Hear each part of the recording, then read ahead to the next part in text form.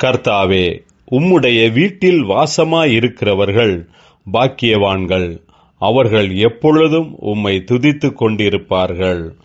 கர்த்தருக்குள் பிரியமானவர்களே, உங்கள் அனைவருக்கும் இனிய காலை வணக்கங்கள்.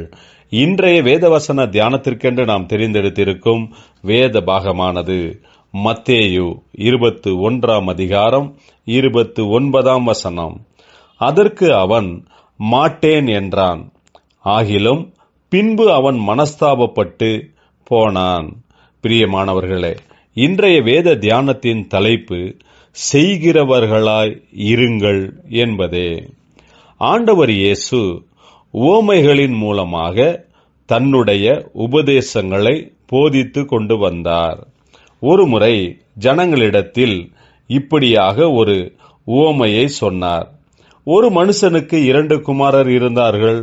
மூத்தவனிடத்தில் அவன் வந்து, மகனே, நீ இன்று போய் என் திராட்சை தோட்டத்தில் வேலை செய் என்றான். அதற்கு அவன் மாட்டேன் என்றான். ஆகிலும் பின்பு மனஸ்தாபப்பட்டு போனான். அதே போல இளைய குமாரனிடத்திலும் அவன் வந்து அப்படியே சொன்னான்.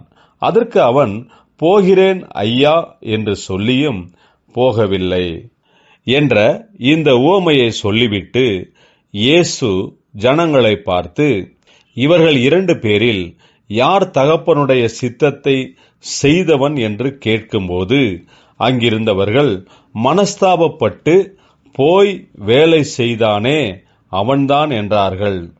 இயேசு அதற்கு, இதே போல அநேகர் தேவனுடைய ராஜ்யத்தில் வந்து சேருவார்கள். கேட்கிறவர்கள் அல்ல, மனஸ்தாபப்பட்டு வேலை செய்கிறவர்கள்தான் என்றார்.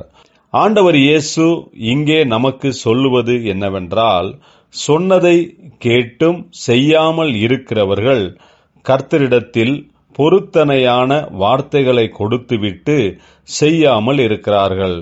ஜெபிக்கிறோம் என்று சொல்லியும் ஜெபிக்காமல் நாமும் இருந்திருக்கிறோம். செய்கிறோம் என்று சொல்லியும் செய்யாமல் இருந்திருக்கிறோம்.